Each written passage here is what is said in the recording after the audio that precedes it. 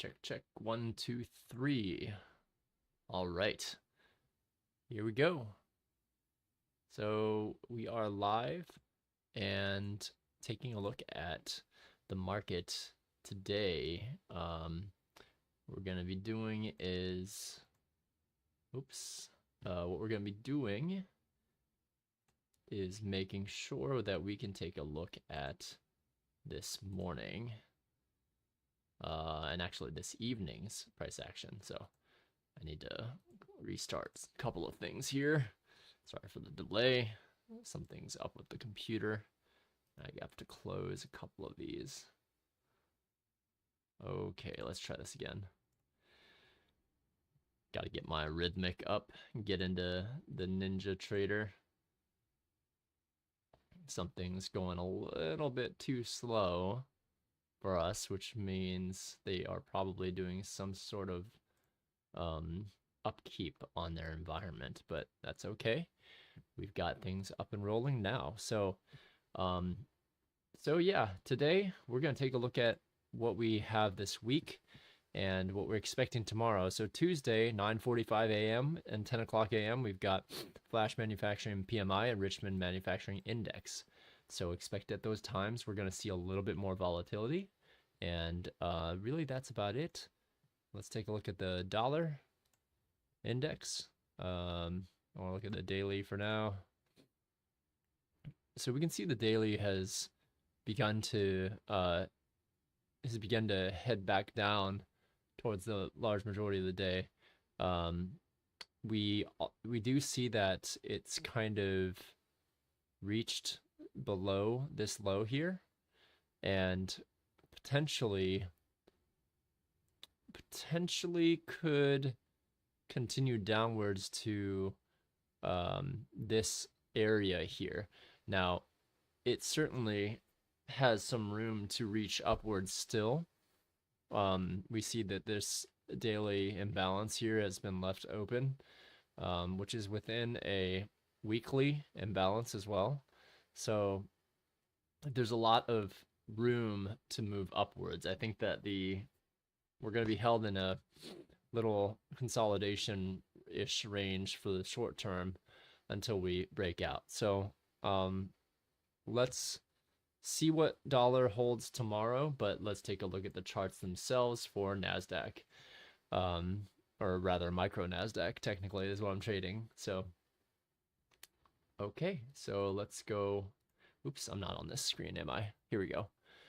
So what we want to see and what we're looking at right now is the weekly. So where could the weekly chart expand? That's the question that we want to be answering every day of the week, and particularly paying attention to what day of the week that we're actually in. So we're on Tuesday tomorrow. We know that weekly expansions typically either have an open, a low, a close, and a high, or they're the opposite. There's an open, a high, a close, and a low. One of these two is the direction in which a weekly candle is going to expand or contract. And we can see that we've started to break into this area. And let me make this a little bit larger for you to see. I know there's a lot of annotations on my chart, so it makes it a little bit more difficult to see, but we see that it's left this range open, that's sell side. So I can certainly see us building up into this area in order to take it further down, because we do have a bearish order block on the weekly right there as well. And I'm keeping my eye on that quite specifically, because there's also this area which could serve as well. Now, I as somebody who is looking for equities and indices to go lower, I do recognize that we could see a little update on Tuesday, and that would match well with dollar moving downwards in the short term. And I do think that eventually we will be taking this weekly fair value gap out from here to here. So that's what I expect still. on the macro. Let's see if this week's candle, shows us going up and then continuing back down, right? So right now we've opened and gone up on day one and on day 1 and 2, but we are swiftly losing that in Asia right now. Actually, it's down 30 points. So let's take a look at the daily, see what we can find, right? So on the day-to-day, we see that we've breached right here, that line there. We see we've breached those relative equal lows here. Those were some lows we've been waiting for since September, early October, and it just now breached them. So what happens now? Well,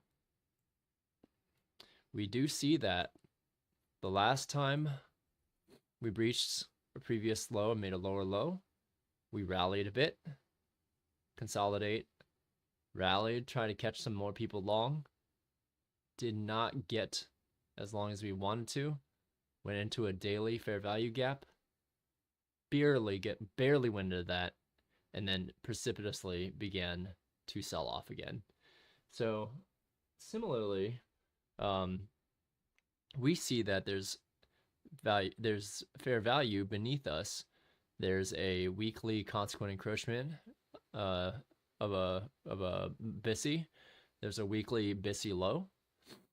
There's a untouched daily premium SIBI low as well. So there's a few things that we have here, and I think that there's going to be movement into this area still. Now, can we retrace back up into this middle area? Absolutely. And let's take a look at that actually. So let's say from this swing high to this swing low so far, that wouldn't even be more than 50% retracement. It would actually have to get up a lot higher, up to that order block. You see it as that 61.5% here. That would have to get up to that order block there to even be an optimal trade entry. Equilibrium, there's that fair value gap, or sorry, volume imbalance that's close by there.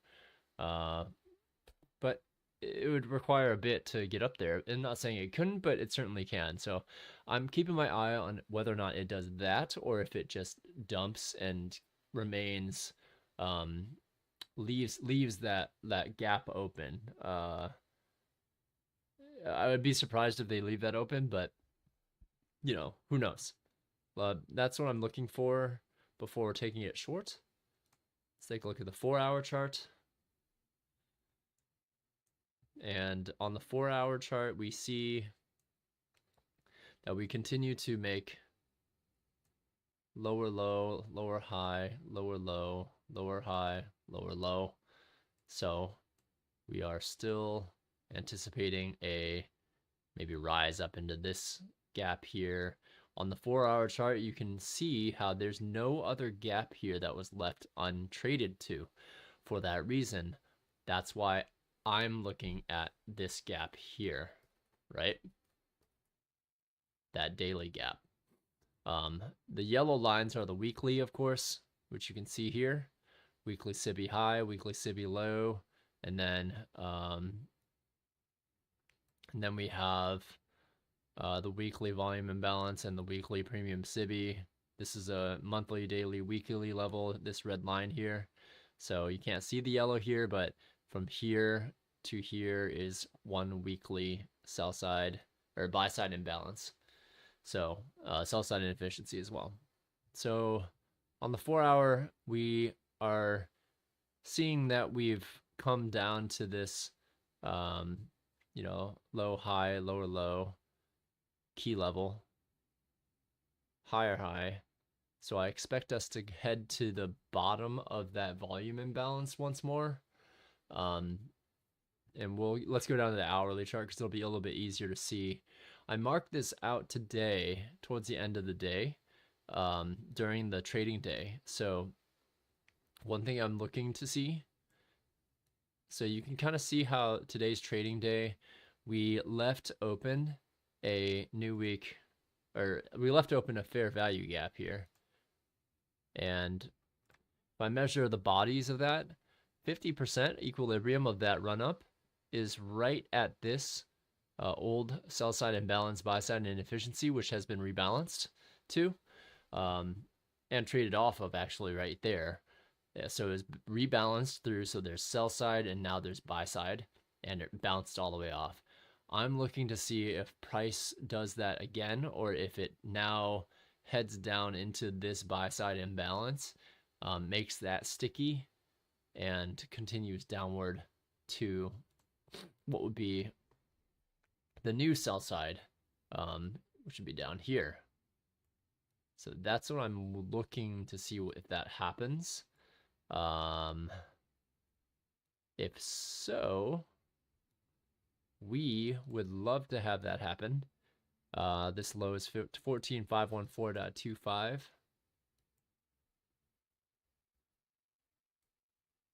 Okay. So we're going to make that change to the value as well. Oops, did I make the change? Good. And let's add that here. All right, so I'm gonna get rid of the Fibonacci because now you know what I'm looking at. I don't see any other gaps which got left, but I do see this consequent encroachment down here.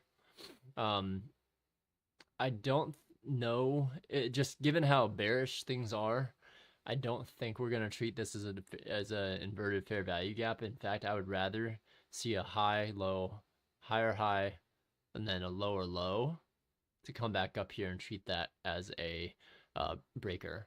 But we'll see what actually happens.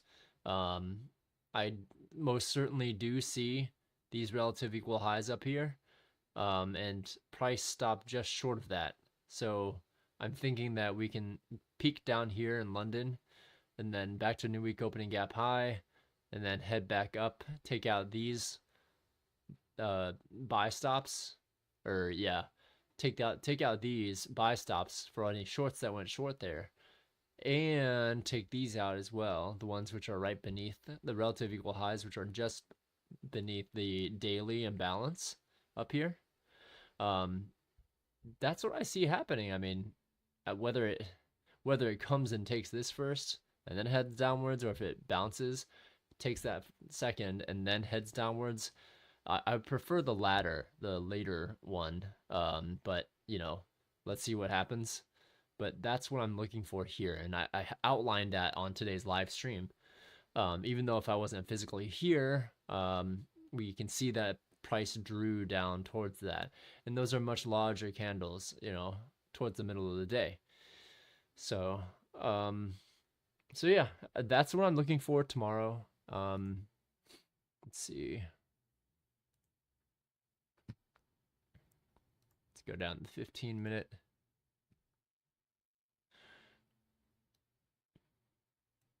Okay. So on the 15-minute, you can see those same levels being propagated. I'll update the opening range settlement high and low once the day begins. And the relative equal low sell side, I now have to fix that a bit because I don't have it running the whole rest of the way. In fact, there's new there's new price levels to look at now, so I don't need this to run the whole way, just enough so that I recognize it. So okay, so back to this timeline. On the 15-minute, we can clearly see this is a turtle soup here, and then it takes it past one. You know, let's see what that projection looks like.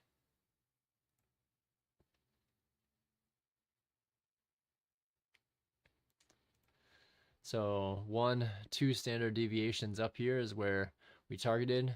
Probably 1 will line up with the relative equal highs here. You probably could have taken some off here. And then 1.5 is this short-term high. I would have taken some off of this as well. But it did end up going up to the 200 level, 1484, 841. So that's it. Just those swing projections are a really powerful tool. Let's see if I can actually get this closed. There we go. Okay, so really that's really it. Either two scenarios, we bounce off of this level, head up to the daily BISI, and then sell off after that. That's what makes the most sense to me in my current state. But we are also just like really close to a store. Gosh, I lost my train of thought there. We are really close to a key level up here. So typically when that happens, you see it fill. So it'll depend on a few things. Depend on what dollar's doing tomorrow. Will depend on what kind of news we get in the morning at the news embargo. Whether or not, whether or not there's a war. Lots of things could cause these things to manually intervene. So I think with that, I'm going to close today's lesson and talk about progress on those. So as you might know, I had 28 performance accounts, blew 4 of them. It was a day after I had spent maybe 2 hours of sleep, and it was not good at all, right? So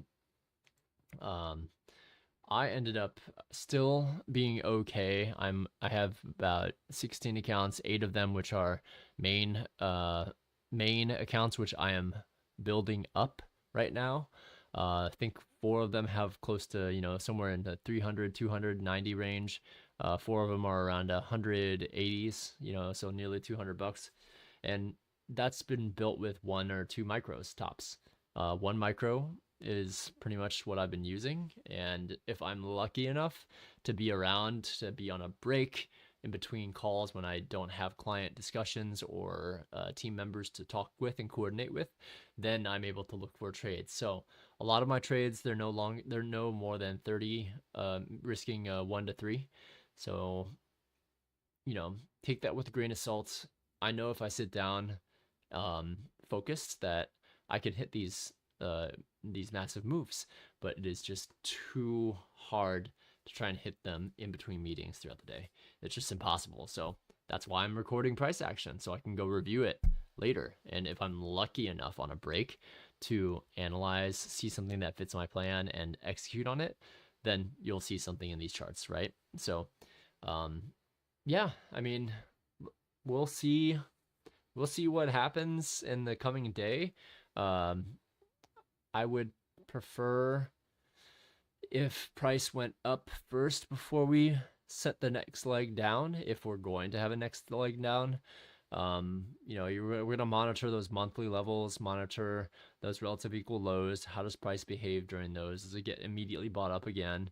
I don't know. So, yeah, I think that's it for tonight. I am very, very thankful to have you here. I think, Kirk, you've been here every single freaking day. So kudos, shout out to you. And yeah, everyone who's been reaching out with questions and just in commenting on the videos, like I love responding back to you. I know we got our first ICT hater that came in here, and that's totally okay.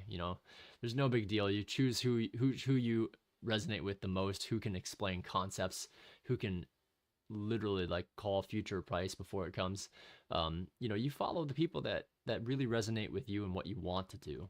And I feel bad. My content was served to this gentleman who didn't want to, doesn't want anything to do with Michael Huddleston or Inner Circle Trader. So, and that's okay, no big deal. We're still going to make some money, and it's okay. So with that, I'm going to head off and review some of my previous trades. I take snapshots and I plug them into a private Discord journal. No one is going to get access to that ever. I've made that decision pretty firm unless I become like extremely successful and have no need for it anymore, which probably isn't the case. I love journaling, and I think journaling trades is one of the best ways to learn. So I'm gonna go review a couple of those from today, a couple of plays from today, and see where I could have, if I was lucky enough to be available and present at the time, see where else I might have seen some good plays and what and why, right? So you should be doing that too. If you are new, you should be back testing, seeing if your model, seeing how many times your model forms in any given day, week, month, and see how it performs. And outside of that, that's what I did. I mean, I've been following ICT for just about a year when my mentor's friend got me turned on to ICT concepts. So if you're just starting now, don't worry. There's plenty of content to get through. Go through it slowly, go through it meticulously. I'm still studying stuff. You can't see it, but there's another laptop over here that um, is talking about trade conditions and setup progressions. So I'm going to be studying that tonight. So with that, good luck tomorrow. Watch out for 9:45 and 10 o'clock in the morning. But I will hopefully see you in the morning, and we'll go from there. So have a great night. Let me know if you have any questions. And again, thank you very much. We're above 250 subscribers today. I think that we got up to 254 or something like that. So very cool to have you here. And I hope to have you more often, and hope to provide you some value here. And I'll continue to try to call markets as I see them, and executing on my thesis.